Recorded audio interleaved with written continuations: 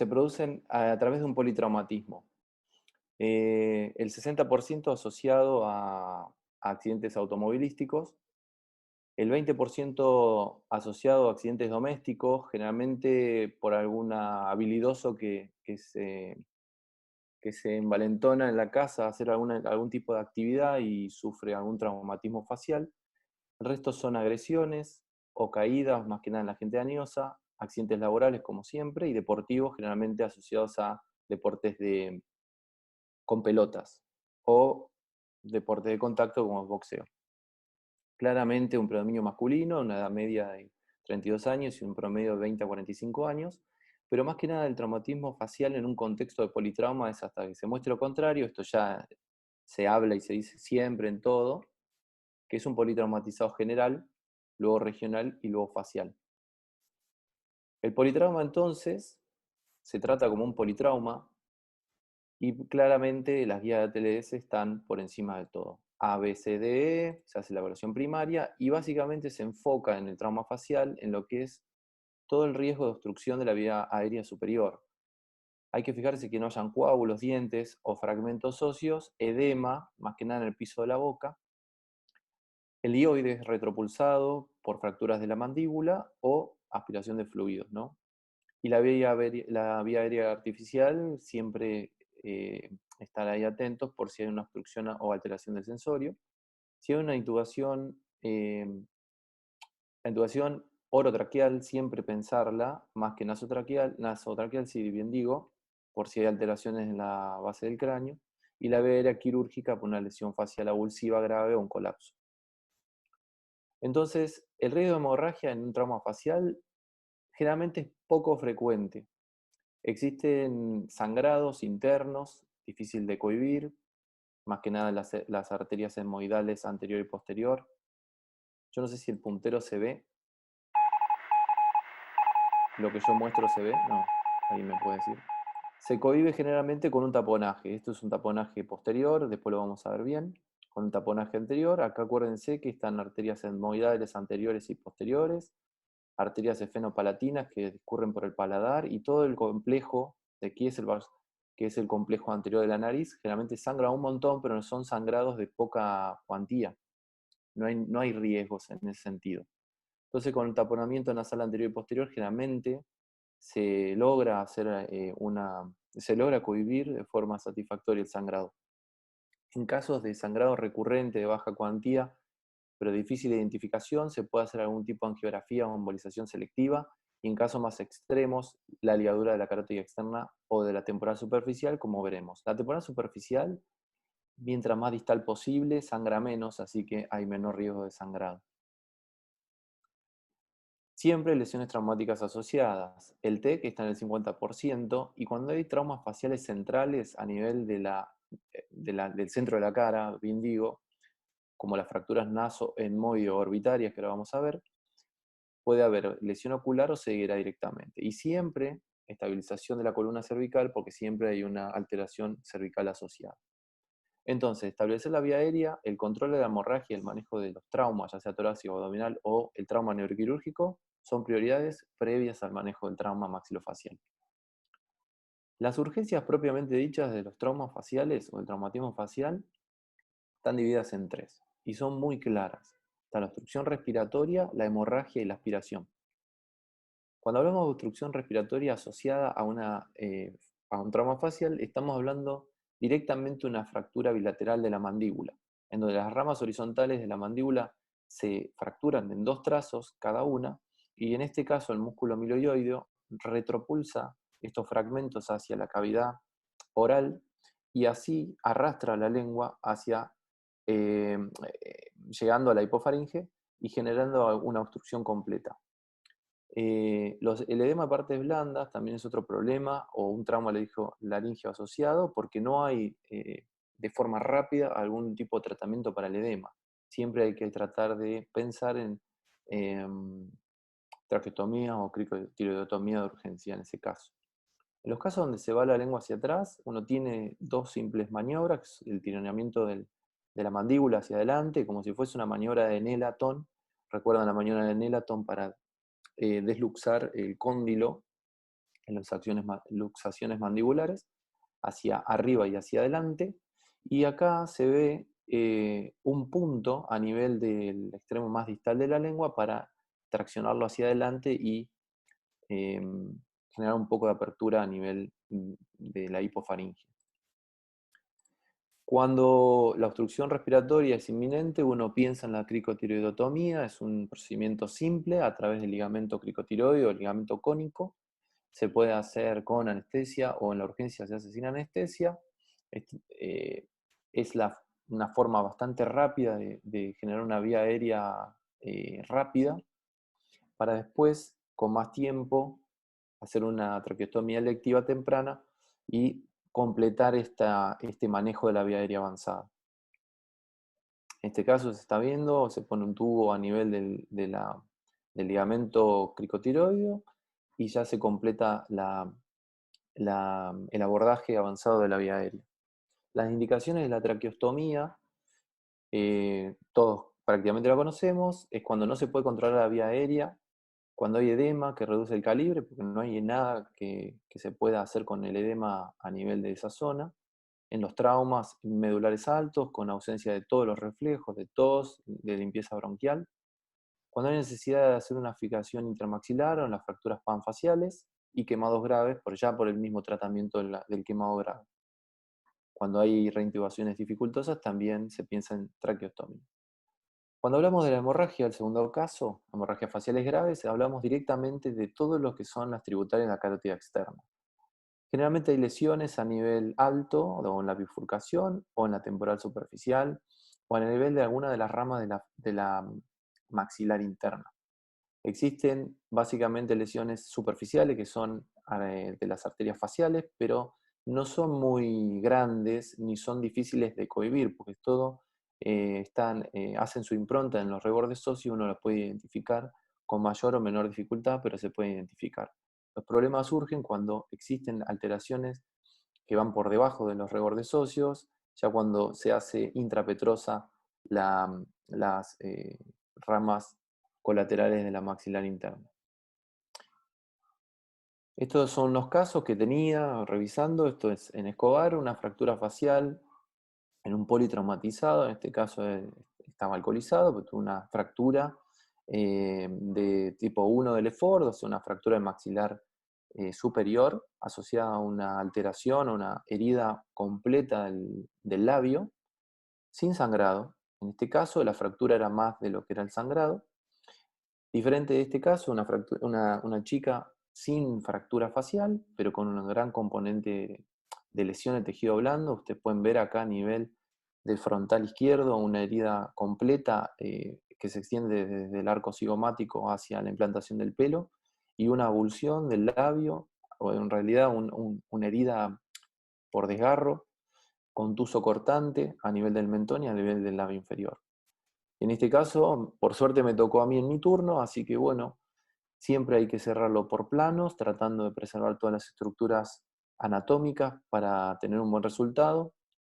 Esta chica al principio, digamos, se le hicieron curas planas y después de 2 semanas creo que abrió los ojos y nos pudimos comunicar. Pero estos son casos de lesiones, de manejos en donde la fractura no es tan importante y la herida sí, o al revés. Este caso es un caso también en donde estábamos nosotros en Escobar. Este chico llega con este cuchillo, me acuerdo perfecto, jugando al truco con el tío a la madrugada. El tío lo desconoce, sé que le ganó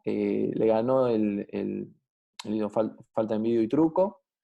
Y bueno, llega este paciente, obviamente uno le hace la placa. Recuerdo que no sabía muy bien qué era lo que había que hacer.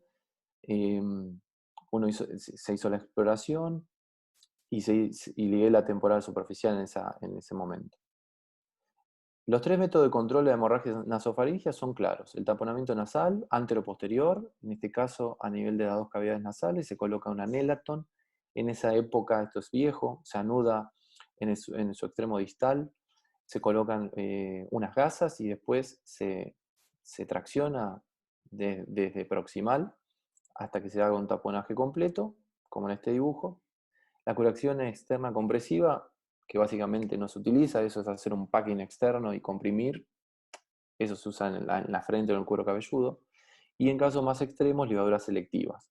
La arteria maxilar interna más difícil, la etmoidal ya directamente hoy en día se hacen arteriografías con embolizaciones selectivas, y en los casos grandes, ligaduras completas de la coronaria, de las carótidas, perdón, externas y temporal superficial, como casos más extremos.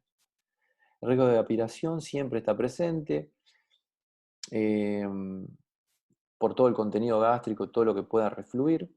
Existe este score de Malampati para ver la cavidad oral, los pilares de la faringe, y en estos casos siempre son clase 3 o clase 4 por toda la dificultad del trauma facial. Hablando un poco de anatomía aplicada, podemos dividir el cráneo en 3 tercios.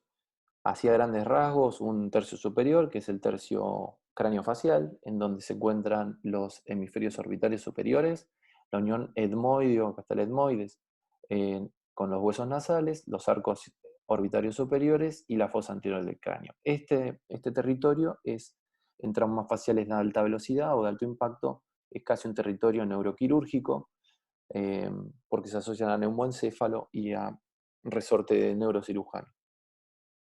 El tercio medio es un tercio un poco más, si se quiere, menos grave, pero con muchísima más deformidad y morbilidad, ya que tiene muchas estructuras a nivel tercio medio, empezando por el maxilar superior, todas las estructuras de la cavidad nasal, todas las estructuras de la cavidad orbitaria, con el cono y con el globo ocular, estructuras lagrimales, el paladar duro y blando, y el aparato neumático de lo que son los senos maxilares y los senos etmoidales. Con un poco más de detalle, los huesos propios, rama ascendente del maxilar, acá se encuentra el unguis o el lagrimal, el etmoides, el esfenoides por detrás y el hueso frontal. Lo que es el tercio inferior, hablamos directamente de mandíbula. Acuérdense que en maxilofacial, mandíbula es mandíbula, lo que uno diría maxilar inferior. Y maxilar o maxila es maxilar superior. Es una nomenclatura, entonces uno en maxilo dice mandíbula o maxilar superior. En este caso, la mandíbula tiene todo el sistema dentario, un sistema articular a nivel de la articulación temporomandibular, y el contenido por detrás, lingual, el aparato suspensorio de helioides con sus músculos y los músculos masticatorios. Pero ¿por qué tan importante la anatomía o uno tiene que tenerla tan presente? Les quiero mostrar un video de lo que es un traumatismo a baja velocidad en cámara lenta, un trauma facial lateral. Eh, en esta velocidad uno no ve las deformidades ni el tipo de alteración que soporta el cráneo. Ahora se va a poner en una velocidad de slow motion de 1120 veces inferior, y vean que el impacto hasta donde la pelota absorbe, perdón, el cráneo absorbe el impacto no se modifica. Una vez que libera la energía, ustedes vean en este momento cómo las estructuras faciales óseas se mantienen estructuradas como si fuese el chasis de un auto, y las estructuras cartilaginosas, como es los 2 tercios anteriores de la nariz y el septum cartilaginoso, se tuercen. Ustedes vean que es impresionante. Y este paciente, esta persona, no tuvo una fractura. Todo lo que es parte blanda se acomoda, y ustedes vean cómo continúa. Cuando entrega la energía a la pelota, toda la parte blanda genera su energía, su inercia, y todas las estructuras vuelven a su lugar rápidamente. En este caso, esto es todo parte blanda, con cartílago, estos son los cartílagos alares, pero esta estructura, que es el septum o el dorso óseo, osteocartilaginoso, conserva su indemnidad y vuelve a su lugar. Entonces es por eso que es importante la anatomía facial, y gracias a esto, el estudio de esta dinámica, de esta absorción de los golpes, se realizó y se identificaron diferentes estructuras reforzadas del cráneo, que se llaman arbotantes. Existen unas arbotantes horizontales, que son refuerzos y bandas de deformación del cráneo, que son el reborde orbitario superior, el arco cigomático, en este caso todo lo que es azul, el reborde alveolar superior y todo el cuerpo mandibular. Y los pilares, que son arbotantes verticales, son los arbotantes orbitarios, mediales y laterales, todo el sistema cigomático malar, pterigomaxilar y la rama mandibular ascendente. Acá se ve un poco mejor los pilares y los arbotantes. Si se supera la resistencia de estos pilares arbotantes, comenzamos a ver fracturas y acá es donde comienza uno a hacer el estudio de las fracturas. Conociendo los arbotantes, puedes predecir que si hay una alteración en el tercio superior, comienzan las fracturas naso o fronto-orbitarias, mejor dicho. En el tercio medio, las naso o órbito-hemoidales o las neo, cigomáticos o malares, y en el tercio inferior las mandibulares. Nosotros en la guardia, ¿qué es lo que tenemos que hacer? Lo que tenemos que hacer en la guardia es hacer un examen minucioso, comenzando por la parte nerviosa. Obviamente, las lesiones de partes blandas y tejidos blandos son evidentes. Nosotros tenemos que ir un poco más allá, viendo los que son los nervios sensitivos, los supraorbitarios, los supratrocleares, los infratrocleares, los mandibulares, para saber todo el territorio del nervio trigémino y predecir si hay fracturas a nivel de la salida de los orificios, que son los lugares más débiles de toda esta estructura craneofacial. Sistematizado, la mandíbula, la oclusión, si hay laterodesviación, si hay retropulsión, si hay anquilosis, imposibilidad de apertura por alteración de la ATM o fractura del zigoma, que no permite la correcta movilidad de lo que es la parte del gonio abajo o arriba de la coronoides o el cóndilo mandibular. Esta maniobra de maxilar superior es para saber si hay un Alefort tipo 1, que es una fractura a nivel del maxilar superior completo por encima de los rebordes alveolares. La palpación, a ver si hay escalones óseos a nivel de lo que son los rebordes inferiores, el arco cigomático. Y continuar todo un análisis de cefálico a caudal para identificar cualquier tipo de fractura. Hoy en día, ya lo voy a decir más adelante, pero lo que son las placas, las radiografías, básicamente no sirven si uno hace un correcto examen físico. La mayoría de las alteraciones las puede ver en el examen físico y la placa pasa a un segundo plano. Obviamente hay que continuar un examen oftalmológico, más que nada la movilidad ocular, que es para ver si no hay signos de atrapamiento en fracturas de piso de órbita. El canal auditivo, más que nada para ver si hay hemotímpano o salida de líquido cefalorraquídeo, nasal, epistaxis, ver el tabique, que ahora vamos a hablar un poco mejor de eso, y abrir la boca y ver si hay piezas sueltas. Esto es un poco más de lo que vimos, campo visual, segundo par, tercero, cuarto y sexto, todos los músculos extraoculares y el nervio trigémino con toda la evaluación sensitiva. Para evaluar el quinto par, a ver la fuerza de los músculos masticatorios, más que nada para fracturas de mandíbula. El séptimo par para todo lo que son los músculos faciales. Y después palpación por tercios. El arco cigomático superior, el arco cigomático inferior, para ver que no hayan escalones. En el tercio medio, hacer una especuloscopía, mirar el tabique, porque pueden haber estos hematomas septales que uno, si no los drena, después existen alteraciones a nivel del tabique con perforaciones o desviaciones a nivel del mismo. Rinorraquia, hematoma del septum, eso hay que evaluarlo. Se hace una especuloscopía, ver si hay signos de derrumbamiento, eso más que nada para fractura nasal, y uno continúa todo el examen del tercio medio, la parte orbitaria. En este caso, hay que detenerse a ver dos cosas importantes.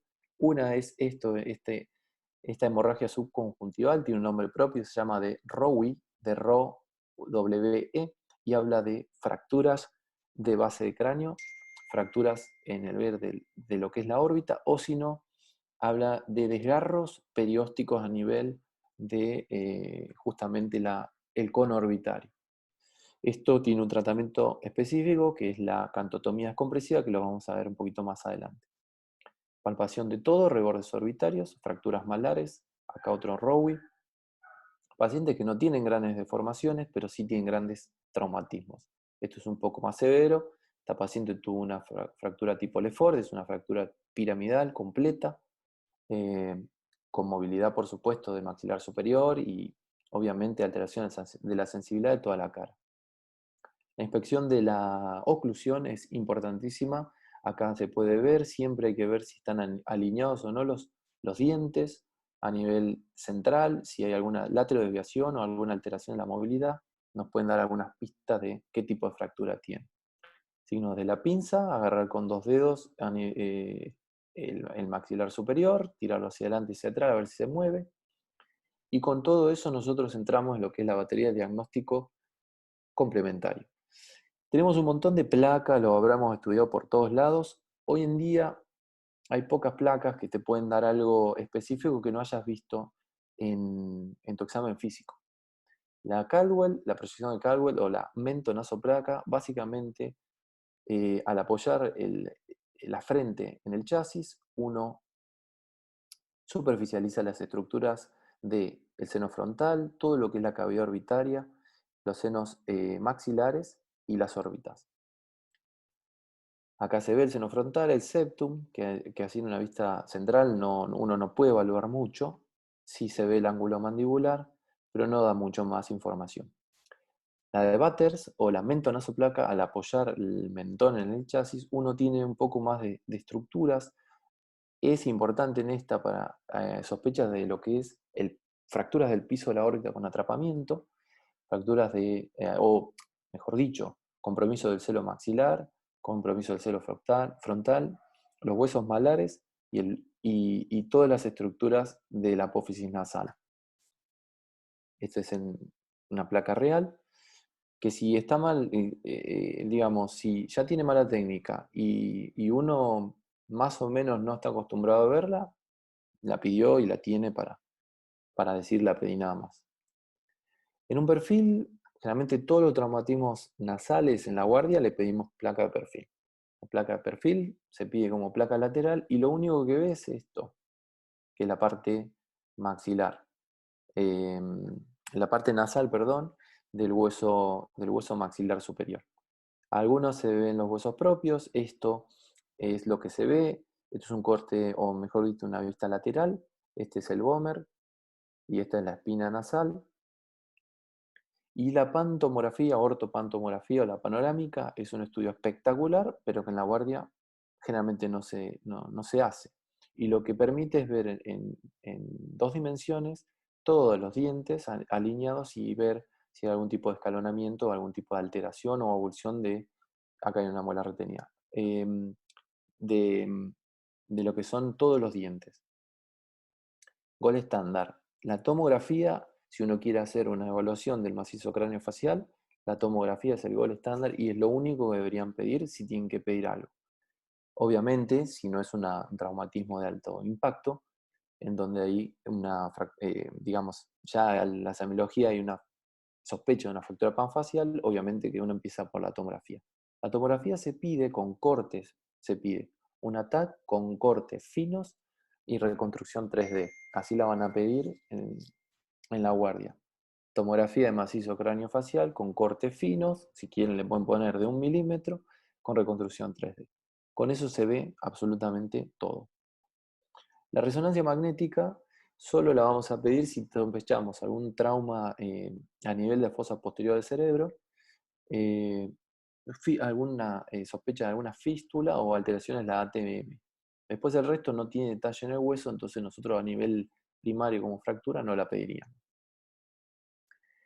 Entrando un poco en lo que es la incidencia del trauma facial, la gran mayoría de las cosas que le pasan a la cara son lesiones de partes blandas. Dentro de lo que son fracturas, la más frecuente es la fractura nasal, la segunda del complejo cigomático temporal, las terceras mandibulares y la cuarta a nombrar las fracturas de órbita, más que nada las de piso. Vamos a hablar de las fracturas nasales. Ya, como lo dije recién, son las más frecuentes, abarcan el 50% de todos los traumatismos faciales y el 80% es la unión de las zonas delgadas y gruesas de los huesos. Las zonas delgadas y gruesas de los huesos son las zonas superiores y laterales, en este caso se articulan con la rama frontal del maxilar superior y a nivel de la rama maxilar o la rama nasal del temporal, a nivel de este sector. Las causas más frecuentes son agresiones o accidentes deportivos, de tránsito o caídas casuales, y se relaciona mucho con el sitio del impacto y la fuerza que se le aplica a la misma.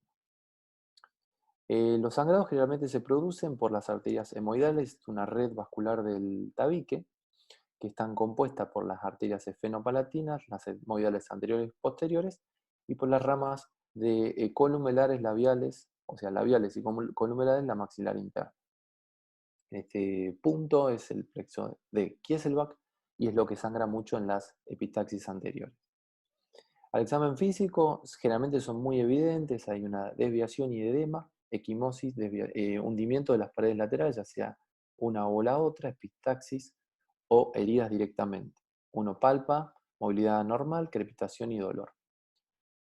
El examen endonasal, uno tiene que ver si hay desviaciones del tabique, pero más que nada si hay un hematoma septal. Si hay un hematoma septal, hay que drenarlo en el momento del diagnóstico, y si uno deja un hematoma septal sin drenar, tiene efectos deleterios muy importantes a largo plazo a nivel del tabique. Los estudios complementarios, la placa básicamente esto es una fractura conminuta, uno puede ver así y listo, es una fractura. Y en la tomografía uno puede ver ya más detalles si tiene una fractura en libro abierto, unilateral, bilateral, con colapso, etc. Las fracturas a nivel de una clasificación muy anatómica, digamos, muy gráfica, mejor dicho, puede ser unilateral, bilateral o en libro abierto, y a su vez pueden ser conminutas o con derrumbamiento impactado. La clasificación que se usa generalmente es esta clasificación de Roerich, que las divide en simples, en conminutas y en complejas. Y nosotros lo que más nos importa en la guardia es la compleja, porque se asocia al hematoma septal y a las laceraciones nasales, que obviamente si tiene laceraciones nasales se tratan como una fractura abierta, como si fuera una fractura de fémur o una fractura de otro hueso largo. Por lo general, el tratamiento, mientras más rápido se inicie, es mejor, y el tiempo es apenas llega el paciente o 5 días después. O sea, el edema entorpece mucho la reducción, más que nada cerrada, y uno termina haciendo una refractura luego de la semana, y si es abierta, hace directamente a través de la herida la reducción abierta.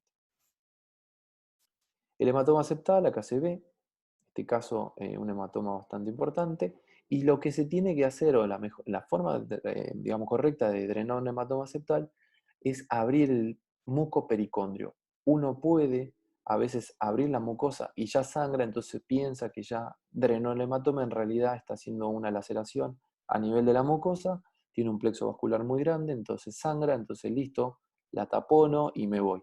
Y en realidad dejó todo el coágulo adherido al pericondrio, perdón, al cartílago septal, que se llama cuadrangular, y a largo plazo se genera una isquemia, porque el cartílago, recuerden, se nutre por inhibición. Si tenemos las fracturas nasales simples, con el simple desplazamiento lateral o la presión con los dedos, ya se puede reducir. Si hay un hundimiento lateral o se impacta en los forceps, que son como si fuesen unas legras largas, sin elementos cortantes, romas, que uno coloca a nivel, de nivel anteroposterior y desimpacta con una maniobra bimanual las paredes laterales y el techo. Y si hay que hacer un tratamiento del tabique, estos forceps de Ash son como si fuesen unos espéculos un poquito más largos y más fuertes, y lo que hace uno lo centra el tabique dentro de la corredera del Wömer. Acá vamos a ver básicamente o rápidamente la técnica de reducción cerrada. Uno empieza a infiltrar por lo menos el nervio infraorbitario en este caso, el infratroclear en este otro caso, como se ve. Él solamente infiltra estos dos nervios, y a nivel septal uno en la guardia puede hacer toda una infiltración a nivel del dorso y a nivel de la punta, a nivel de la espina nasal, pero bueno, en realidad el concepto es: hay que tratar de bloquear la nariz. Los supratroncleares y supraorbitarios todos los infiltran, en general no haría falta porque no inervan desde la ceja hacia arriba. Entonces uno, cuando ya tiene una anestesia troncular realizada, en este caso se usa este mango. Nosotros usamos el mango de bisturí sin ningún problema, o otro instrumento romo y plano y largo, donde hace una desimpactación hacia afuera, hacia adentro y hacia arriba, y reubica nuevamente las paredes laterales en su lugar. En este caso le coloca un taponaje. Nosotros siempre tenemos que hacer un taponaje anterior eh, para, en primer lugar, detener la epistaxis. Segundo, estabilizar la mucosa que se soltó, digamos, que no quedó adherida al tabique. Y, y luego un ferulado externo con cintas, como se ve acá, y una plaquita termomaleable para darle más estabilidad. Si no tenés placa, lo puedes hacer con una chapita de suero, da igual, y funcionan de la misma manera. Eso, fracturas nasales. Fractura cigomática es un tema un poquito más heavy porque el cigoma compone la pared lateral y el piso en cierta parte, la parte externa del piso de la órbita. Se asocia más que nada a esto, ¿no? Alteraciones orbitarias en el piso y alteraciones a nivel de la articulación temporomandibular, ya que el cigoma articula en 4 partes, en una parte superior con el temporal, una parte anterior con el maxilar, una parte posterior con la órbita y una parte, sí, digamos, interna con la órbita y una parte posterior con la rama cigomática del temporal. Cuando se fractura el cigomático, altera su tridimensión y bloquea la movilidad de la mandíbula a través de la punta de la apófisis coronoides, entonces el paciente presenta como primer síntoma una alteración o una dificultad en la em, apertura bucal. Entonces uno dice, bueno, fractura de cóndilo o fractura de apófisis coronoide o fractura de cigoma. Cuando tiene laterodeviación o alteraciones en la apertura, uno no debería descartar ninguna de las tres en un principio. Genera siempre asimetrías y hundimiento. La depresión malar generalmente es muy importante y a las alteraciones oculares, básicamente hay edema conjuntival quemosis, que es esto, es una infiltración hemática a nivel de la conjuntiva y además desplazamiento o atrapamiento como lo podría ser cualquier alteración del piso de la órbita que lo veremos más adelante. Entonces, uno hace un examen endoral en donde toca el reborde del cigoma, tanto por debajo como por encima, para ver estos escalones y deformidades, y a nivel superior, una vista superior, ve la simetría que generalmente es muy llamativa. El estudio complementario por elección es, si uno pide la placa, más que nada va a pedir una proyección de Batters para que se vean los senos paralaterales y la parte del cigoma, pero básicamente la tomografía es necesaria para evaluar tanto el compromiso de lo que es la parte anterior o la parte cigomático maxilar, no tanto la temporal, pero sí la parte del piso de la órbita. Siempre con reconstrucción 3D, en este caso la tomografía se ve una alteración. Este es el cigoma, se ve una alteración en la pared lateral y una alteración en el piso. Hay una clasificación de Knife and North que no nos importa, pero sí que hay un grupo 3 que tiene muchísima frecuencia y que se asocia a fracturas del cuerpo que no rotan, pero sí que se desplazan hacia adentro y hacia atrás, y eso genera más que nada alteraciones en la movilidad mandibular y no tanto alteraciones a nivel de la órbita, como son fracturas, en este caso, adicionales que cruzan el fragmento principal, o sea, se impactan a través de la órbita. La reducción del arco cigomático generalmente se puede hacer cerrada, abierta, sin fijación o abierta con fijación. La reducción cerrada generalmente es percutánea, uno ubica el reborde, si se quiere, del cuello del cóndilo, por detrás hace una incisión y coloca un gancho, este es un gancho de Gillis, y a través de esta punta y una maniobra bimanual, destraba digamos desimpacta el arco cigomático en el segmento fracturado hacia adelante y coloca tipo una férula para mantenerlo en la misma posición. Este abordaje es intraoral, se llama de Keene y la diferencia es que a través de un abordaje vestibular se hace una incisión a nivel del cuerpo, en la parte inferior del cuerpo cigomático, y colocando un retractor de cigoma por detrás de esta rama, esta es la unión temporocigomática. Entonces lo desimpacta apoyando el dedo y empujando hacia adelante, haciendo palanca con el maxilar superior, y de esta manera, a través de una vía cerrada, se puede hacer el tratamiento del cigoma. Gillis tiene ya esto, reducción abierta a través de la fascia del temporal, se abre la fascia del temporal sin entrar en los vientres del temporal ni superficial ni profundo, entre medio de la fascia temporal y el músculo temporal se hace una divulsión y disección hasta localizar la fractura, se coloca separador de zigoma con una torunda para hacer un movimiento de palanca y se estabiliza hacia adelante la fractura zigomática. La reducción abierta con placas, no nos vamos a meter en detalles muy técnicos, pero sepan que se puede hacer un abordaje intraoral. Generalmente se hace un abordaje intraoral para abordar todo lo que son las fracturas inferiores con placas y tornillos.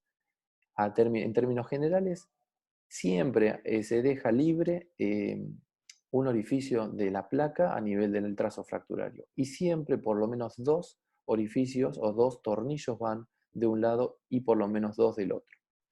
Para hacer el abordaje a nivel superior del arco cigomático se hace una incisión supraciliar, transcutánea completa, se colocan las placas. A nivel de esta parte se hace una transcutánea como si fuese una blefaroplastía, y a nivel de esa misma transcutánea que veremos más adelante se hace toda la reparación del piso de la órbita. Acá está completo, todas las ramas, todas las arbotantes completas y restauradas en su anatomía. Las fracturas de mandíbula son terceras en frecuencia y están directamente ligadas a las fracturas de zigoma. En este caso, la mandíbula tiene sectores muy débiles y sectores que están traccionando constantemente hacia el cuerpo y la rama mandibular. Todos los músculos depresores, que son los supraioideos, el digástrico, los miloioideos y genioioideos, empujan la mandíbula hacia abajo. Los elevadores, en predilección o más que en mayor medida, el macetero soporta la carga de elevar y los músculos y parte de ser músculos masticatorios, el temporal y el pterioideo medial, y un músculo protrusor que genera en los trazos fracturarios una luxación hacia dentro del fragmento, y este es el gran problemático, digamos, de la fractura de mandíbula, el pterioideo lateral. A través de todo eso se generan clasificaciones en fracturas favorables y desfavorables. ¿Qué significa esto? Que las fracturas favorables o desfavorables al tratamiento. Cuando una fractura tiene un trazo que permite que las fuerzas desplacen las estructuras, por ejemplo, esta fractura vertical de adelante hacia atrás, que genera 2 carillas eh, fracturarias en la misma dirección, permiten que este trazo, que es el trazo de la rama ascendente de la mandíbula, ascienda y se colapse hasta la cavidad bucal, y esta fractura, que es de la rama horizontal, permita que los músculos infraioideos o los músculos depresores traccionen hacia abajo de la mandíbula, son todas fracturas desfavorables. Las fracturas favorables en contraposición son fracturas que el trazo fracturario hace que las carillas de la fractura se acoplen y eh, digamos, por oposición, se bloqueen el movimiento y dejen una fractura estable. Las horizontales también tienen las mismas características, en este caso las horizontales van hacia adentro y las verticales van hacia arriba, hablando siempre del trazo elevador, ¿no? Repasando acá lo que es el músculo masticatorio, en esta fractura favorable, la rama de fractura anterior tiene un tope, un pico, y bloquea el músculo macetero para elevar la porción distal. En la parte interna se puede ver lo mismo, las fracturas horizontales, si tienen un trazo favorable, desfavorable mejor dicho, permiten que el pterioideo lateral se lleve el trazo fracturario hacia adentro, y si no lo tienen, se quedan bloqueados en su lugar. El problema es cuando hay 2 fracturas sobre un arco, en este caso la rama mandibular derecha tiene dobles fracturas, entonces el músculo miloioideo se lleva hacia el ioides, el trazo fracturario, e imagínense que es la consecuencia, siempre terminan en obstrucción del tracto aerodigestivo. Si hay una fractura parasinfisaria bilateral, estas son las sínfisis, llevan el músculo miloioideo y todos los supraioideos, perdón, llevan todo el trazo fracturario hacia atrás, y en este caso el pterioideo externo lateral lleva el fragmento hacia adentro. Para la clasificación también es importante tener dientes, digamos, porque las personas que tienen dientes pueden tener un tratamiento con un bloqueo intermaxilar, que ahora vamos a ver, y las personas que no tienen dientes ya tienen que ponerles prótesis, y en la urgencia es mucho más complejo. Dentro de lo que es la clasificación de frecuencia, por encima de todo la fractura del cuello del cóndilo propiamente dicho, la fractura de la rama horizontal, perdón, las fracturas del ángulo de la mandíbula y después se redistribuyen entre la rama ascendente, la coronoides, que prácticamente no tiene fractura, todas las que son fracturas alveolares y las parasinfisales. Al examen físico, bueno, una fractura de mandíbula es muy evidente, tiene, este es un exceso, ¿no? Pero tiene una fractura en el sinfisaria, en este caso, completa con rotación interna, y por supuesto tiene alteraciones en la oclusión, la apertura, la salivación, le duele un montón y sangre. El tratamiento, los objetivos del tratamiento son, primero, llevar al paciente a oclusión, oclusiones que cierren, y una reducción central siempre. En este caso tiene una fractura parasinfisaria, se ve perfecto, tiene un arco peine y tiene bandas elásticas para permitir el bloqueo intermaxilar. Acá les muestro un video, perdón, acá les muestro un video cómo se hacen estos alambres, se llaman alambres de IBI, uno lo hace manual, eh, y lo que hacen es permitir a nivel de los trazos fracturarios, si uno no tiene otra cosa, enhebrar diente a diente todos los digamos, los dientes y los dos dientes que están opuestos a la fractura, poder entrelazarlos entre sí y generar un bloqueo intermaxilar. Y digamos, primero un bloqueo maxilar individual y después un bloqueo intermaxilar. Se colocan por detrás, este orificio de IBI hacia adelante, y se asocian en dos, perdón, se asocian en dos, se utilizan en dos dientes contiguos para poder hacer digamos, la estabilización. Si tuviese la fractura acá, estos dos serían los principales soportes de esta fijación. Y si uno tiene que hacer un bloqueo intermaxilar, hace un loop de arriba, un loop de abajo, hace con una pinza espiral, digamos, un enrollado de la espiral, y comprime y bloquea la mandíbula. Este otro caso es un video explicativo de lo que es un arcopeine. Los arcopeines son estructuras de hierro que tienen estas chavetitas que apuntan hacia el maxilar en donde se ponen, eso es como una regla, no vaya a ser que pase que uno termina de hacer el alambrado y lo puso al revés y no tiene forma de tener estas, digamos, chavetitas hacia abajo y después no puede hacer el bloqueo intermaxilar. Entonces, la punta del arcopeine, que es esta barra con estas lengüetas, las puntas apuntan hacia el maxilar a donde se colocó. Si es el maxilar inferior, apuntan hacia abajo. Y si es el maxilar superior, apuntan hacia arriba. Es una regla que me la hago yo de memoria porque nunca no vaya a hacer cosa que te termine pasando y es un embole porque es muy engorroso tener que colocar uno por uno y bueno, la verdad que es un bajón. Entonces, las fracturas, ya sean abiertas o cerradas, el bloqueo dura 8 semanas. Y si es una fractura de cóndilo, 3 semanas ya es suficiente.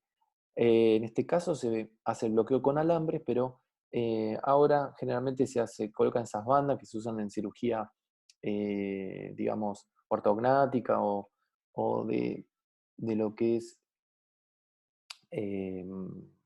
no me sale la palabra, pero bueno, el tratamiento de la dentadura, no me sale la palabra, se usan esas banditas.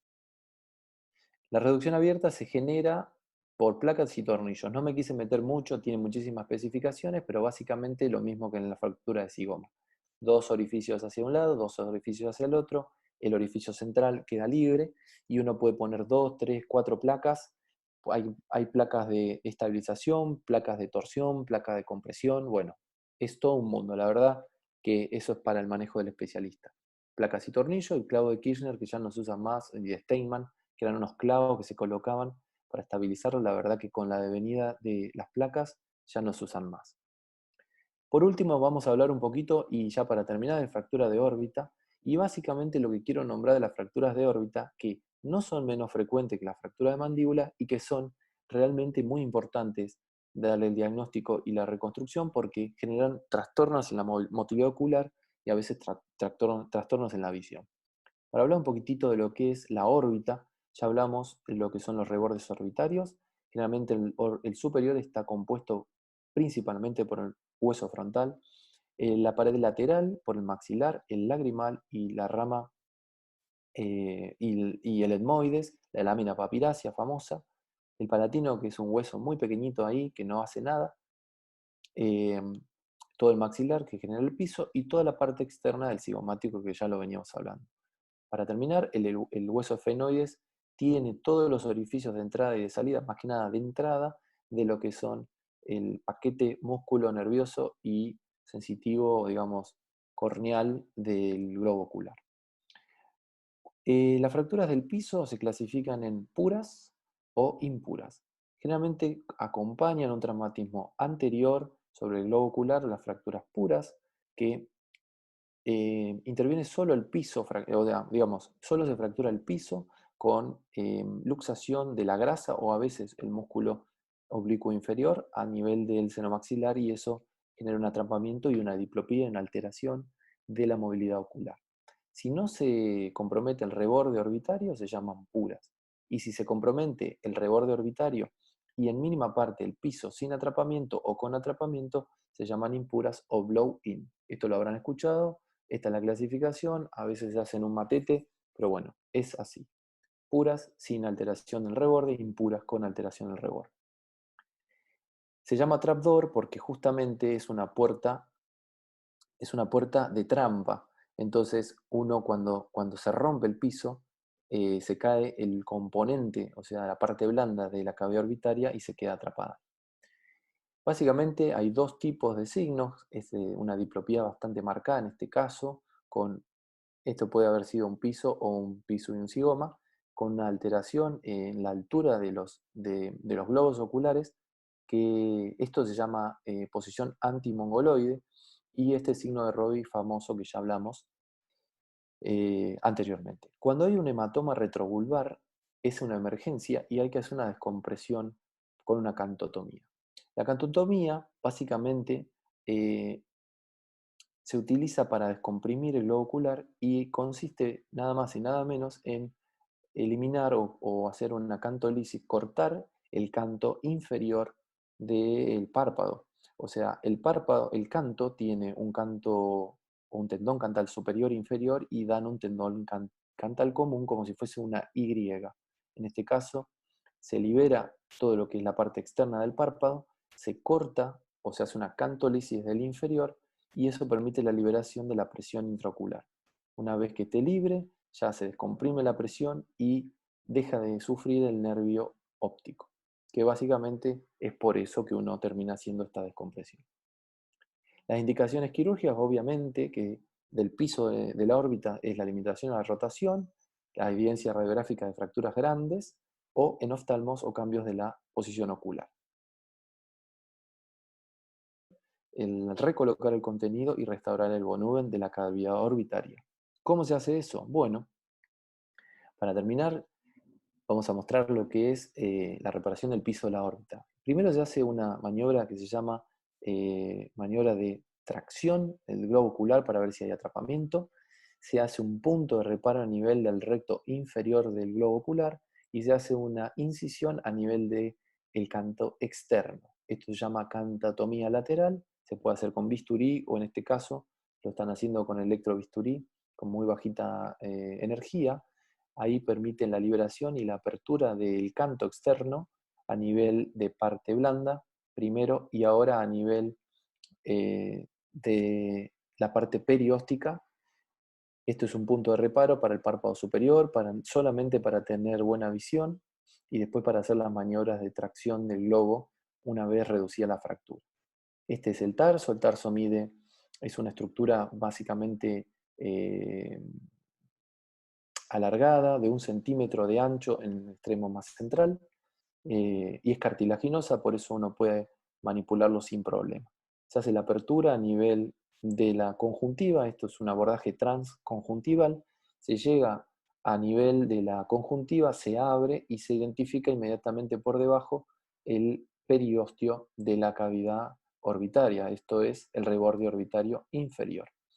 Con un separador se elevan las estructuras blandas del hueso, del globo ocular, perdón, todos los músculos extraoculares con su grasa del cono orbicular, se elevan y acá van a ver que de a poco se van disecando y van levantando, y acá aparece esta estructura, no sé si se llega a ver en el proyector, una estructura que es la grasa, ahí se ve la fractura en negro, y una estructura que es la grasa, ahí se ve cómo se levanta la grasa del cono orbital. Ahí se ve, es una fractura bastante grande, ahí termina de hacer la divulsión, ahí lo levantó y ya liberó completamente. En este caso se puso una malla de Medport. En otros casos se puede poner directamente una plaquita de titanio o de otra, generalmente son de titanio, pero puede ser de otra estructura, Medport, polietileno en este caso. Se cierra el canto lateral con suturas reabsorbibles, un Vicryl, y se cierra la conjuntiva con el punto hacia adentro para que no genere laceraciones corneanas o laceraciones conjuntivales a posterior. Ya cuando se termina esto, se terminó el procedimiento y se completa con maniobras de movilidad ocular para ver que no haya quedado atrapado o se haya luxado nuevamente la grasa orbital. Bueno, terminamos. Las conclusiones del trauma facial en general, entonces, es restablecer la anatomía de las estructuras óseas y las partes blandas craneofaciales, restablecer la morfología y el contorno de la cara, la función de oclusión y masticación, y básicamente tratar de hacer una intervención precoz entre las 24 y 48 horas a favor de generar una menor infiltración hemática y una mayor identificación de los trazos, limitar el riesgo de infección en el caso de que hayan fracturas abiertas y disminuir el número de intervenciones para generar una mayor compliance y una menor morbilidad en los pacientes. Bueno, les agradezco mucho, ya terminamos.